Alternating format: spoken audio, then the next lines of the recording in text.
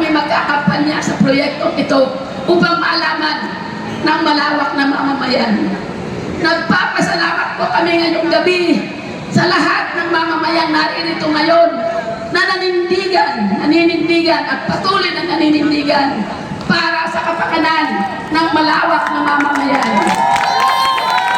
Maraming salamat po sa ang inyo pong suporta ay isang patunay at nagpapalakas loob sa aming hanay upang ituloy-tuloy namin ang laban sa kaliwadang. Tuloy ang laban! Naibigay na po namin ang Angat Umeray Dam at dinuksungan pa yan ng diversyon ng Suman. Naibigay na rin po namin ang Wawa Dam sa Montalban.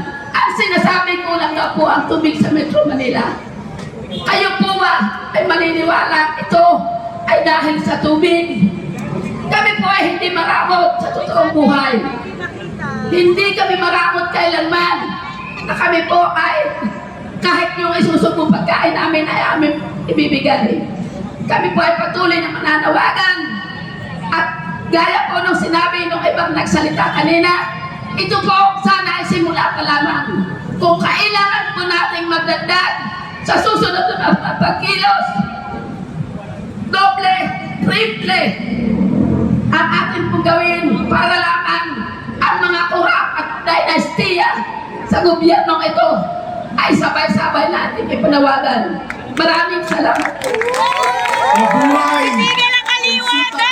Sana ang representante ng mga katutubo na patuloy na nakikipaglaban para sa kanilang karapatan.